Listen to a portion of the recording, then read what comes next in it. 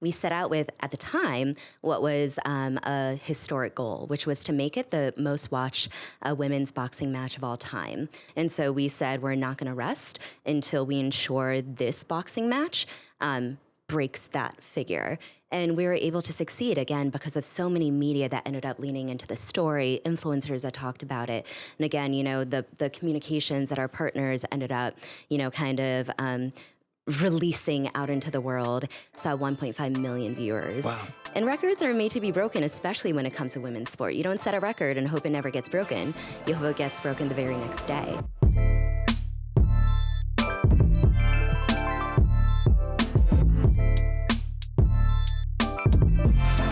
We're so thrilled to welcome Haiwen Langworth, the Global Vice President of Communications at Tent Partnership for Refugees. Haiwen, can you tell us a little bit about Tent, what it is you do every day, and what gets you up in the morning and excited to go do the work that you do at Tent every day? Absolutely. First of all, thank you again for having me. Tent is a fantastic nonprofit that was started in 2016 by Hamdi Ulukaya, who is the founder and CEO of Chobani, which is a name that some of your viewers might recognize. And the work that we do, end of the day, is quite simple. It really is to mobilize the largest companies in the world to hire refugees. But then there's sort of the why, the what, et cetera, behind that. And so essentially what you see in all of the countries in which Tent operates, which is 11 of them across the Americas and Europe, there are a few conditions that are to be true.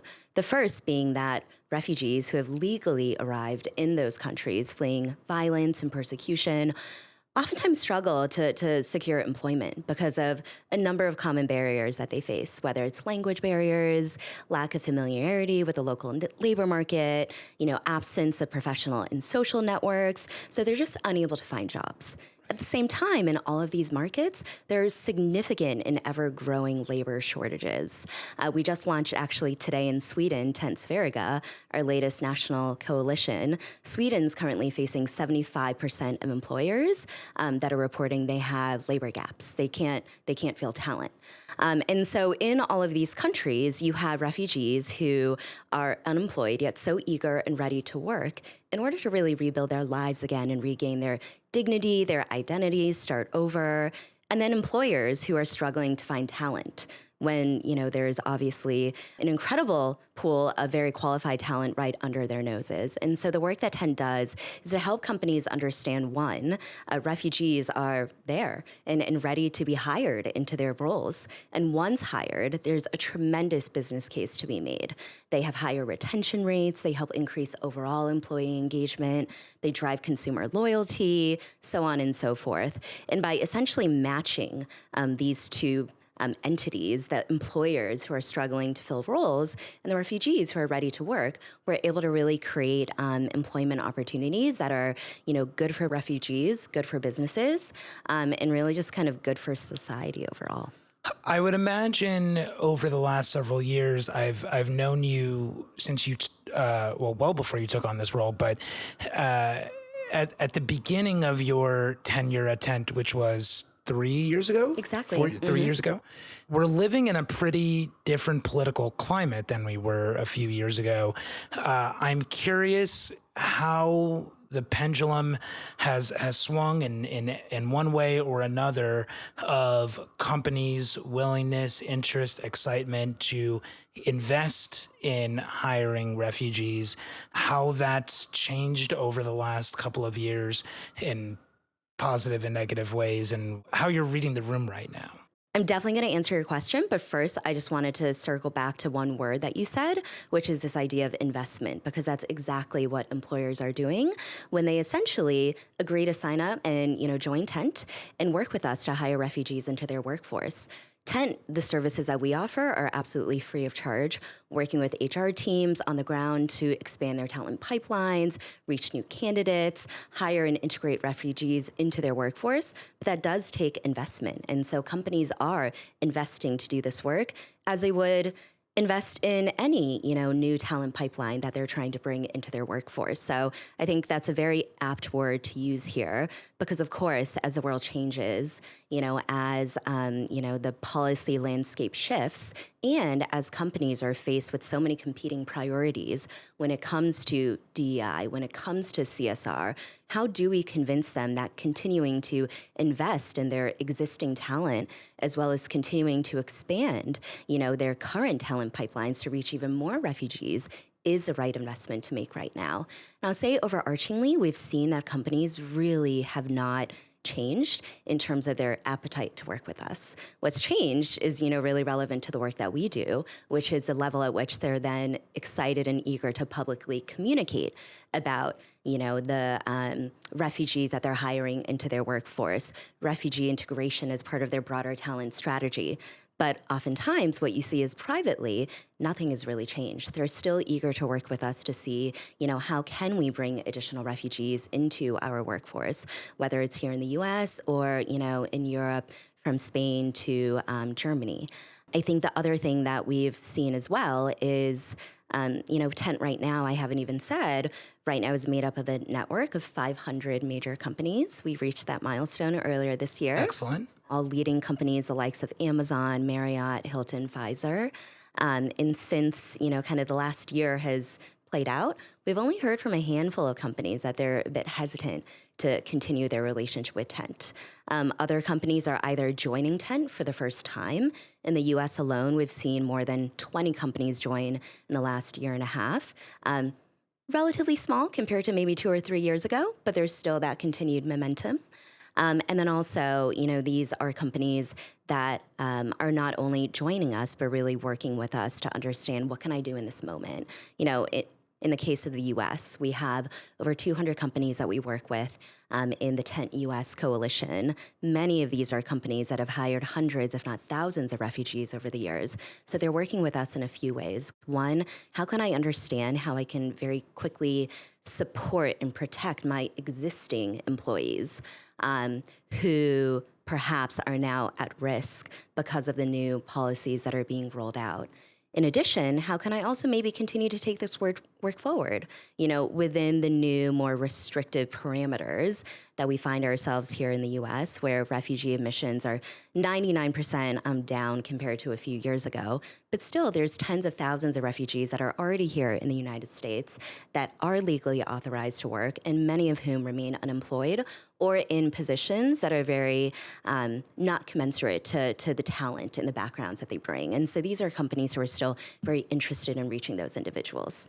And prior to Tent, how historically have there been organizations, have there been effective ways for refugees to build their careers in the U.S.? How has that historically done?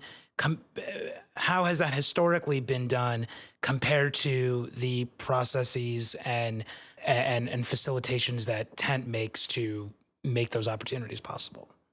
It's a fantastic question because, Tent is a very unique organization. And we're unique in the fact that 10 years ago, when we were first founded by Hamdi, businesses weren't really getting involved in the refugee crisis. And the few that were really doing so through, donations and philanthropy. But at the time, and this brings us now to Tent's origin story, for the decade before that, Hamdi had started Chobani in upstate New York. And when he started Chobani, he, needed to fill his factory with workers. And so he looked to the community. Who here in the community is looking for a job? And amongst those individuals in the community that he realized were really ready, able, and willing were refugees. But he also saw that, there were some language barriers and, transportation gaps where they weren't sure how they would actually get to work. And maybe they lacked the exact skill set that was needed to really, excel on the factory floor. And to that, he said, well, I don't speak English that well. I'm an immigrant, so I can support them with language training. Wouldn't it be so easy to solve the transportation issue with shuttles and buses? And then what can't be taught on the factory floor? As long as they come here enthusiastic and ready, we can train them while they're here on the job. And so that mindset led to him hiring what ended up being hundreds of refugees over the years. And now I think the data point is 20 plus languages that are spoken on their factory floors, representing so many different nationalities and cultures. And so it was in 2016, at the height of the Syrian crisis, that he had his aha moment where he was visiting the border, and he realized there was a lot being done when it came to more general humanitarian aid, which is so crucial. But he wasn't really seeing what other businesses were doing. And he brought himself back to, how it was at Chobani, and the fact that the work that they were doing wasn't just handing out aid, it was bringing these individuals into their workforce. And so it was in that moment that he launched Tent, and really put out a call to action to fellow business leaders to essentially join him in doing their part in the refugee crisis. And over the course of the next 7 or 8 years, under his guidance, as well as the leadership of our CEO, Gideon Maltz, we've now really evolved our organization to be one that is absolutely laser focused on harnessing core business operations and really working with companies to tap into their existing resources and essentially get involved by bringing refugees into their own workforce in a way that is so sustainable, in a way that some might call quite innovative, but also is a bit of a no-brainer. When it comes to communications, in many ways, the mission that Tent is after obviously has so many nuances, so many potential controversies, misunderstandings around it. I'm curious, can you tell me a little bit about the challenges that you have leading communications for such an organization that is, at the center of a hot button issue these days, and what are some of the roadblocks or the misconceptions that you need to navigate day in and day out in order to effectively communicate the Tent's mission every day? Yeah. So 10, just to take a step back, we operate in 11 countries around the world. So US, Canada, Mexico, Colombia, and then in Europe, hopefully I don't forget one, I always seem to, the UK, Spain, Germany, France, Netherlands, Poland, and Sweden. And so from market to market, obviously, market conditions are different. Labor market nuances are different. Policy landscape, very different. The companies in which we're working with from country to country, also a slightly different set, with different, kind of willingness to communicate, which is so much of the work that we do. One is sort of communicating as Tent, the work that we do, the movement that we've built to really continue the momentum and really bring in even more business interest to get more companies involved, and through the power of communication, support companies in, hiring refugees and opening the networks that are needed to really form those connections. But at the same time, we're working with our member companies, encouraging them to also speak publicly around their work. I think one of the reasons why Tent has been so successful is because we've built a network of business leaders and companies that historically have been so excited to join us in really speaking publicly and very proudly about their work. Who are some of those companies? I would say, Pfizer, certainly, Marriott, Amazon, and these are, starting from the global CEO level down to CHRO, on the HR side of things, to even, leaders in communications, DEI, et cetera. So we have seen a little bit of a decrease in that willingness in the last year or two, I would say, for a couple of reasons. One, I think we find ourselves in a moment where everyone's very hesitant to take unnecessary risk, to really put their own leaders and their brand out there in a way that might welcome some very unnecessary attention. And in the case of Tent, we've worked so hard to build a network of companies that are so committed to this work. And now is not the time to be too bullish about our communications, and again, sort of bring in unnecessary scrutiny at a time where we really are trying to really, focus on working with companies, let's say here in the US, to support their existing employees and continue some more work more steadily behind the scenes.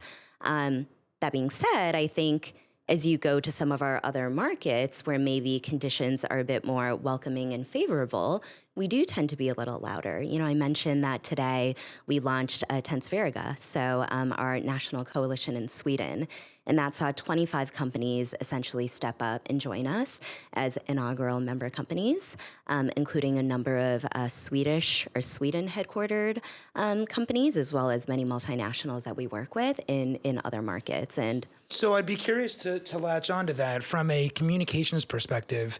On a launch day like today, what happens? You put out a press release, I imagine. Are you engaging local press in Sweden? What are the actual tactical things that you are doing to launch this today? I would say we look at, a very traditional comms toolbox, and that led to what was a very successful day today in Stockholm. Of course, we have a press release that is being distributed far and wide nationally, but it's also something that we turn into a template for, in the case of today, all 25 companies that joined us as inaugural members with placeholders that they can fill in to make it as easy as possible. So it's hopefully low lift and encouraging them to then take it and go out and use their own, earned media channels to really get the news out there. We have a large event. So we've now done this 9 times. Sweden is the 9th coalition that we've launched. And so I can't recall the name of the venue, but it was a beautiful venue where we had tent team members as well as senior representatives from all 25 member companies gathered in a beautiful space. And it's half and half in terms of more formal programming to really reiterate the message of why now is it so critical for employers to lean into hiring people with refugee background in Sweden, and then also, cocktails and network and have a little bit of fun after all the work that's happened. And then, of course, a big press push. The director of Tensverga, Karen, was on TV4 this morning, which is one of the biggest TV shows in Sweden. And so she was on the morning show with a refugee employee that had been hired by McDonald's in Sweden to talk a little bit about his story, as well as, again, why now is the moment we're launching Tent in Sweden. And do you have PR people on the ground in Sweden doing that outreach? Are you doing that outreach? How does that get done? Yeah, so right now, 10 is globally a team of 65 staff around the world. And of those 65, 16 sit on the communications team in some fashion. I would say the majority of them are 100%, working in communications on a day-to-day basis. And then there's a subset of those individuals who wear a few different hats. Sometimes, their day is spent more in the partnerships world and sometimes more in the communications world. But there's approximately 16 of us, which I think shows also how Tent as an organization really values communications, which is one of the reasons why, I am so grateful to work there. A number of those colleagues are based out of Europe. So we have our communications lead in Europe who helps oversee all of our work across the 7 markets.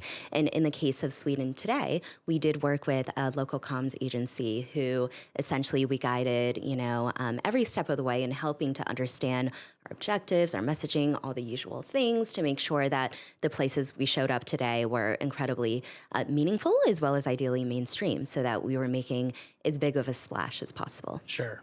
You mentioned a few minutes ago the beautiful event that you did and the networking and the cocktails that all come along with it.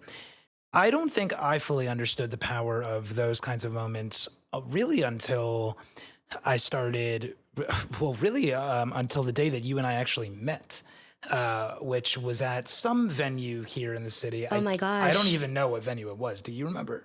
I don't, but I suddenly had a flashback to that moment. I know what it looked like. The boxing bags everywhere. And I remember walking into that event and feeling the momentum and the excitement about the launch of a brand, which was not something I had ever felt in any capacity with any startup I worked with out in California early in my career. And it's incredible how now in a post-COVID world, that seemingly retro 90s moment, which it seemed to me at the time, has actually really become a blueprint for getting people back together in a post-COVID world, coming together in real life, doing podcasts, one by one, not virtually remote. I'm curious how that plays a role in running comms for a global organization, especially when you're in the business of people and refugees and emotional stories and upbringings and journeys. I would imagine that IRL connection is such an important part of extrapolating the emotional feeling out of tent that you're trying to get across. 100%. First of all, that event that you're referring to, the DAZN launch essentially in the US was, I believe, my second day on the job. So, And it was the day before I proposed to my wife. I no, remember that. Yes. I really? was on my way to the airport. That's how much emotion it generated in you that the very Yes. next day. No, I mean, I think it's so powerful, the opportunity to one gather in person and amongst very like-minded peers. And I think that's, the power of DAZN launched, as it is the power of a tent national coalition launch. When these individuals are getting together, whether it's the 25 company representatives in Sweden today or the 50 that gathered in Mexico, and I mean 50 companies, but it was a couple hundred people that gathered in Mexico a year and a half ago when we launched Tent Mexico. These are individuals who are very like-minded. They've already leaned into this work. They've already joined Tent. They're already working within their companies in a way that's so thoughtful and so innovative and so, forward-looking. And now they're able to connect with other peers who work at other companies doing what they're doing. And so, as you say, I think that creates this emotional bond and builds on the momentum that already existed maybe in more of a one-on-one capacity. But then suddenly, that's the power of a coalition. 25 companies, 60 individuals get together, and now they know they're not alone in this. It's a whole network that's being built, and people are so eager to lean in and do more, and now they're able to do it together. When you spoke about that just now, I was like, oh, that's the through line between DAZN and Tent. So a topic we often talk about here in the context of Hirsch Leatherwood, agency land, is the idea of people often put other people in boxes. They do sports PR, or they do healthcare marketing, or they do fintech accounting, whatever it is. You are someone that, starting from your Ketchum days to your DAZN days, now to your Tent days, you clearly have an appreciation for being able to communicate effectively a wide swath of stories that seemingly on its face don't have maybe a common thread, but that emotion and passion and community that you speak of with Tent was also really something that was present with DAZN, I would say, when you were there, right? I'm curious if you can tell us a little bit about your time at DAZN. We obviously worked very closely together there. What doing communications for a sports media company was like, and how that has affected how you look at your role at an organization like Tent. Yeah. And I think another through line that's at least existed in my career is, this idea of global reach, and really finding myself fortunate enough to be in roles that are global in scope. And I think that's super exciting as well when you're, working for a brand and supporting their growth and narrative, et cetera, to be one of those individuals who really is responsible for keeping that very consistent from market to market. Obviously tailoring whenever needed, which is always, but in a way that you're still showing up in a very, cohesive way all around the world. At DAZN, I started in more of a local role, I would say, before my role became more global in nature. And that's where I think found like the most excitement in my DAZN days. So I started in 2018 when you and I met as the Director of Communications for North America, helping to essentially launch DAZN in the US market, as well as grow DAZN's presence in the Canadian market. And then from there, DAZN did eventually expand, and you're part of, obviously, the communications team for this, globally, where we were suddenly from 9 to 200 plus markets all over the world. So in that moment, I then ended up taking on a global communications as well as social impact role. And so I think that's what I think of in terms of the question that you were asking, in terms of, where do I find a lot of that niche community as well as, real satisfaction in my days at DAZN. Because in that role, and again, you were a part of the journey here, a lot of the work that I did was focused around women's sport, whether that was women's football, as in the European version of the word football, or women's boxing. And, what we were really aiming to do at the time was drive increased viewership of women's sport, because just feels like a no-brainer in terms of folks who watch sports. Why are you only watching men's sport? Part of the reason is because there's lack of access to women's sport. It's splintered across so many different channels and streaming platforms in a way that's even more, intense than what we see in general sport these days. And so the work that we were doing was, one, how can we really consolidate as much as possible on DAZN as a platform? And then how can we get out there and really build a lot of buzz and excitement for these athletes and these, competitions that are coming up through the power of communications? And a lot of it would start with the very niche communities who, for years, if not decades, have been focused on storytelling around women's sport and advancing women's sport, that then working together to really take that to the mainstream in ways that I think we saw. It's been surpassed since then, but at the time, kind of like peak conversation around women's football and around women's boxing. Absolutely. Did I see that Katie Taylor had a Netflix? I know Canelo had a Netflix thing. I think Katie Taylor and Amanda Serrano might have done another Netflix thing. I think it was certainly not obvious to me in 2018. I had never been a boxing fan before I came into DAZN. DAZN turned me into at least a semi-boxing fan. And it's been very interesting over the last couple of years to see Netflix and other major platforms really take big cracks at boxing. Mm-hmm. It seems like in retrospect that DAZN was onto something that not other media companies were bought into at the time.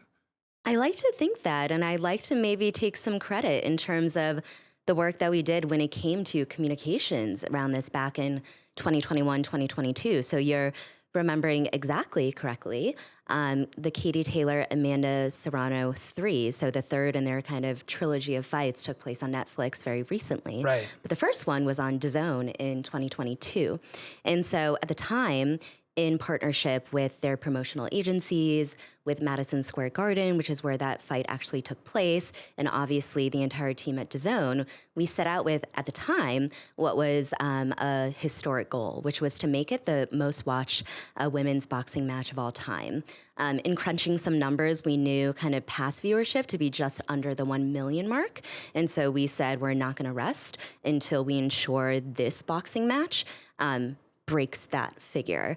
And we were able to succeed, again, because of so many media that ended up leaning into the story, influencers that talked about it.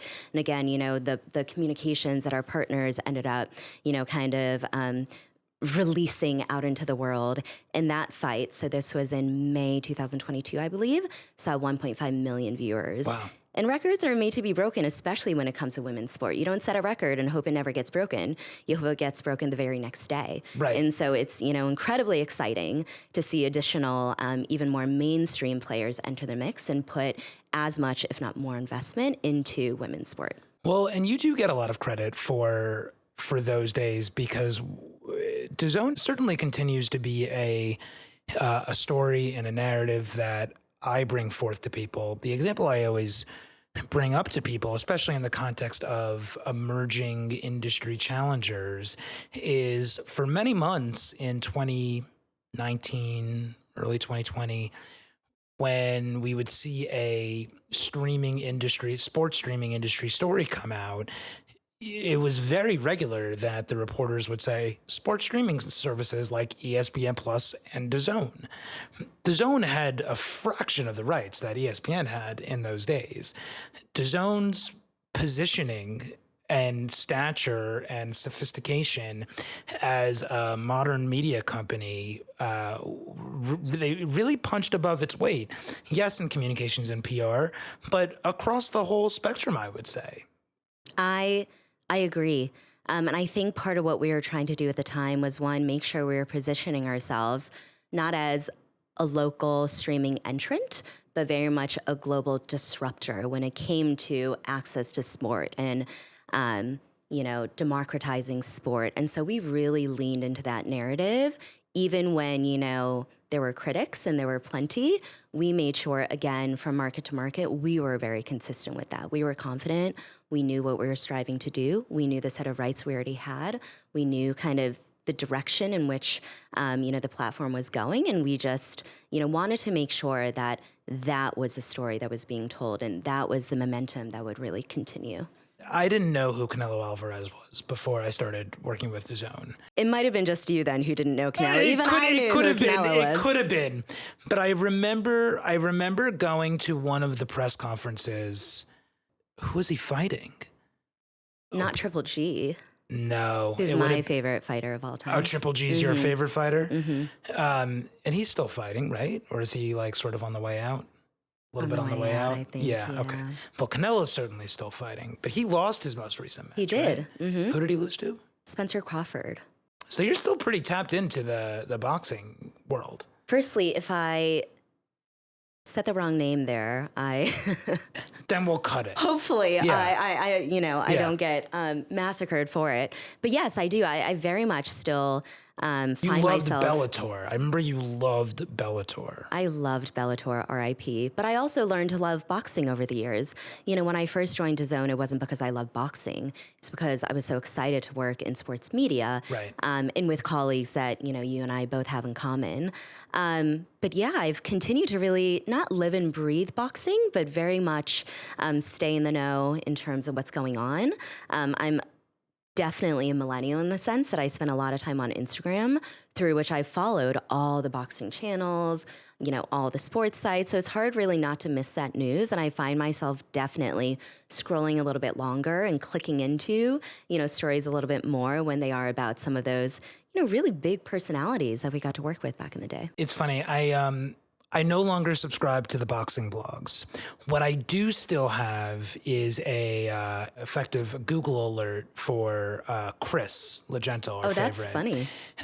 Does Chris know this? I made him aware of it recently because I will. So every couple of days, Chris gets mentioned in some sort of WWE focused blog, and there was some article that came out that made a reference to him being tall and handsome and wonderful, as we all know Chris is. And it's very funny to see him get all of this love and attention in this wrestling world, which quite frankly I don't really know much about. Maybe I should cut that part as well. But it's been funny to see his name continuously in the conversation. Speaking of scrolling through Instagram, following boxing channels, what is in the rest of your media diet? What do you read? What do you watch? What do you listen to? What's going on your phone all day long? I start my day typically around 6:30 a.m. because at that point, my European team has already been up for about half a day. Intent is an organization that very much lives on Slack. Do you guys use Slack? Oh, yes. Oh, my gosh. I never used Slack before Tent. Now I spend most of my day on Slack. And that's where, I get a lot of my news. We are constantly using Slack to update each other on what's happening from country to country, whether it's policy changes, whether it's government switch ups, whether it's, updates to DEI discourse. There's constantly news being dropped in. I find it very critical to make sure I'm at least perusing everything that's shared. So I'm staying as smart as possible in terms of what's going on from market to market. So I would say Slack is my main source of kind of like breaking news from market to market. I then, really consume media in other ways as well. I love newsletters. I've always loved newsletters. Same. I subscribe to too many. I don't end up reading them all every single day. But for industry news, I love Axios Communicators. I would say I read that one actually quite often. The Skim, Morning Brew, and then HR Brew, given the work that Tent does, is so kind of steeped in human resources. Subscribe to all three, click into them often. What else? My husband and I, who you know, Patrick, we watch NBC Nightly News every night. Oh, that's so romantic. Isn't it? With Lester Holt? Or is Lester Holt not there anymore? No, it's Tom Yamas now. Oh, okay. Yeah, we miss Lester. Tom's great as well. Got it. But we find the timing of it to be great when you're kind of like finishing up work. At like 6:30. Exactly, making sure you're not missing, the big headlines from the day. It's pretty centrist, pretty moderate. And then from there, we switch to reality TV. But at least, that's a good sort of mature way to end the workday. I want to follow up on the reality TV, but before that, going back to the newsletters, Morning Brew, Axios, The Skim. I actually met with Danielle Weisberg last week, who founded The Skim and sold it to Ziff Davis earlier this year. Very impressive executive company. I was an early Skim reader, and they were really one of the premier newsletters I would say that sort of supercharged the last decade of newsletter reading. When you're reading newsletters, is it you scrolling on the phone? Is it you on your desktop clicking into more articles to read more in depth? What is that? What is the newsletter experience for you? I would say it's almost exclusively a desktop experience. Oh, interesting. Yeah, because for me, it's exclusively mobile. Interesting. Yeah, I really spend time when I do have the time to put towards newsletter reading, sitting at my desk on my laptop, clicking through. And it's in the name, of the skim. You're able to just skim the biggest headlines, trends, et cetera, explore where you want to learn a little bit more. But I find it to be very, I don't know, I wouldn't use the word therapeutic, but it's an enjoyable experience because so much of our lives these days are mobile. Yeah, I mean, for me, I'm off Twitter. I'm on Instagram, and I like TikTok for the baseball highlights. But for the news over the last year, I've really put away all the push notifications. I don't get the alerts anymore. If an old celebrity passed away, like, I don't need to find out about it that moment. I'll find out about it later. And for me, the newsletters, I think, have given me a more approachable, sustainable, less panic-inducing mechanism of engaging the news, which is a big part of my job and your job. And we joke all the time that a lot of our careers is reading the news. And I found that for a lot of years, I was doing so in a very stressful way. And what I really like about the newsletters, and being able, to your point, I subscribe to more than I can read to every morning, but I'm not committed to the same 6 newsletters every morning. Some mornings I'm focused on DealBook, and some mornings I'm focused on, waste management dive, and some mornings I'm focused on the skim. And wherever my curiosity is going to that day, it allows me to approach the news in a more sustainable, less emotional manner. I feel Totally. And one where you have more of that control. And I think you just uncovered why I defaulted to the word therapeutic. Maybe that is what it is, because I still get my news in very panic-inducing ways, Yes. when something is happening and I'm notified on Slack by a colleague, and I still subscribe to all of the news alerts, so I am seeing that in real time, whether it's the latest action being taken by the administration or a celebrity's death. And so, the newsletters are a way to kind of click in when you would like to, Right. at a time that works for you on a topic that you're interested in that moment. So You would consider yourself to be like an always-on person, right? you have to be, especially in the work that we do. We have had brilliant people who worked for us over the years, who I have since learned that it is possible to be brilliant, absolutely amazing at your job, and not be always on. I don't know how. I don't know how to do that. Well, let me clarify. When I say always on, I mean between the hours of 6 a.m. and 8:30 p.m. Sure. say on most given days. Sure. But then I'm very much off.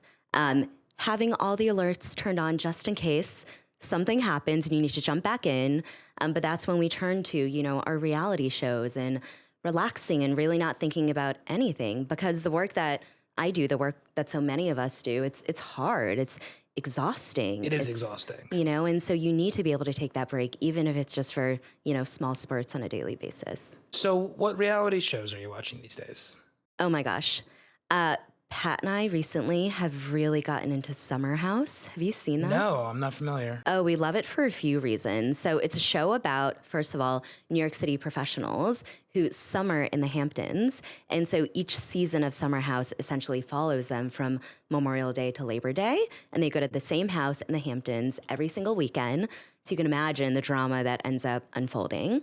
Now, where in the Hamptons are we? Because there's a lot of different Hamptons vibes. They go to Southampton Social at night oftentimes, but they're never explicit about the exact town that they're in. The other reason that we love the show is the star of the show, his name is Kyle. He actually started a drink brand called Loverboy. And as you know, Pat works in Beval. Yeah. And so it's really interesting kind of seeing the business side of things pull through in terms of how they launched the brand, how they're growing it, what they're doing on the marketing side. So he thinks it's very interesting from a general industry perspective. I think it's interesting because they do lean into social media promotions and marketing and events, et cetera. So it's a language that we both speak in different ways. And it's just really funny. Like, they are very unfiltered. They are, it feels like one of the most unscripted reality shows, understanding that all reality shows are scripted. I never know how that works. I mean, they're obviously aware they're on camera and they're aware they need to make a performance. These shows are also obviously going after people who are natural in that element, and it's so yeah. You might know more about what's scripted and what's unscripted on those shows, but it does make for some good entertainment. I know only because I don't even know if you know this about me, Steve. Without getting into too many details, I filmed a reality show pilot with the producers that are behind The Real Housewives of New Jersey. I did not know that. It was meant to be a show about kind of 20-somethings in New York City, their dating lives, et cetera. And so I filmed an entire pilot. I was sort of the newbie girl in a group of girls, most of whom already knew each other. Wow. Yeah, and so I filmed confessionals, I filmed brunch scenes. What was the most toxic thing you said in a confessional? That can't be repeated here. Let's just say what I experienced was they do really follow your very true storylines, as in your life, what's happening in your life, but then they try to make it a bit more dramatic. There were some sentences that they asked me to say on camera, and after refusing 9 times, by the 10th time, I just wanted to get it over with, and I would say that sentence out loud. And so I'm very glad the show never got picked up. I have no idea what it would have done for me personally, for my career, et cetera. Wow. But I think it's best left on a tape that no one has really seen, maybe in the closet of Bravo HQ somewhere. That is some great Haiwen trivia. You've been in documentaries over the years. Can you tell us about your fascination with uni and what led to you being in this documentary that you were in a few years ago? Yeah, and I think this eventually is going to get us back to that conversation around niche communities and sort of the fun and excitement and kind of power of them. But yeah, I'm a lover of great food. I think partially because of my Asian upbringing, I'm a lover of great seafood. That really is something that growing up would be sort of the centerpiece in a lot of big celebratory meals. A little bit, one level beyond, normal dinner night would be lobster night. And, I always loved seafood for kind of what I associated with it emotionally, as well as for the fact that seafood is delicious. And so I found myself back in, I think it was around 2015. I'd moved back to New York at this point for a few years. And kind of subconsciously, I would just constantly end up in restaurants and environments where uni was being served. So uni is sea urchin. It is very popular in Japanese cuisine, but has in the last decade increasingly become popular in American cuisine, Italian cuisine, Peruvian cuisine, etc. And so at the time, I just really felt myself gravitating towards, great uni dishes in New York City. And so my friends and my family, they were like, ooh, this seems so cool. You should share more about it. Why don't you do something with this? And, back in 2015, I think is when a lot of food blogs are really getting started. And so I thought, why can't I do this? And believe it or not, at the time, there were already 3 Instagram blogs dedicated to uni. Wow. And as we did with the, Taylor Serrano fight, when I started it, I set out an ambitious goal. And I was like, I want to have more followers than any of them. And I got the sense that all of the other accounts were started by guys. And I was like, and as a woman entering the uni blogger mix, I have extra confidence that I can do this well and do this well quickly. And sure enough, within a couple years' time, I had found myself becoming a micro influencer. I amassed 25,000 followers That's more than micro. on Instagram for my handle that was called Uni Diaries. And so I never showed my face. It was always photos of the dishes that I was eating, all over the country, all over the world, describing it, kind of, and really giving the restaurants and chefs a lot of love through this handle. And so I developed quite a really interesting community when it came to, I would say, the overall restaurant scene, but more specifically, maybe fine dining in Japanese cuisine. And so as part of that, there is somebody by the name of Jason Wise, who's absolutely fantastic and brilliant. And he is the director/producer of the Somm series. Maybe you've heard of that, about wine sommeliers. Yes, and the very yes. grueling process individuals go through to pass essentially the wine sommelier exam. And so he was very successful with that documentary. I think they ended up coming out with Somm 2, and Somm 3. And Jason, like me, is a huge fan of sea urchin. And apparently, even before he started the Somm series, he knew one day he wanted to create a documentary about sea urchin in some way, but he wanted to build more of a following and build more kind of credibility through something that was a bit more mainstream. So he did Somm first, and then it was time to create what ended up being called The Delicacy. And so he got in touch with me to say he was creating a documentary that kind of celebrated the ocean to table journey of sea urchins from the divers that free dive, so without tanks, into the depths of the ocean to actually essentially catch sea urchin by hand, all the way to the chefs that are then serving it to diners all over the world. And he was interested in having me essentially as the consumer voice. So why do you eat uni? Why do you love it? Why did you, turn this into such a passion point of yours? And I was the only consumer voice featured, which means the 3 other uni blogs were not approached for the project. I'm very proud about that to this day. And yeah, it was a fantastic documentary. I was most excited because Andrew Zimmern is in it as well, and I call him my spirit animal. He's the guy who eats a bunch of, bizarre foods, and I'm very inspired by him. Where can one see this documentary? Is it available somewhere? It is very much available. It's available on Prime, and it's also available on Somm TV, which is a streaming platform, incidentally, that Jason started, that is specific to kind of all of the features that they've produced, as well as kind of friends in their network who have developed documentaries that are a bit more specific to the food, wine, and culinary world. Well, Haiwen, this was so lovely having you here as one of our first guests on Out of Scope. You have been such an important and integral part of my life over the last, like I said, better part of a decade now. We've worked together on so many projects, and I'm so excited to continue, hopefully, working together on Tent and wherever our future endeavors may go. And it's just so lovely to have you here. Thank you, Steve. It was wonderful being here.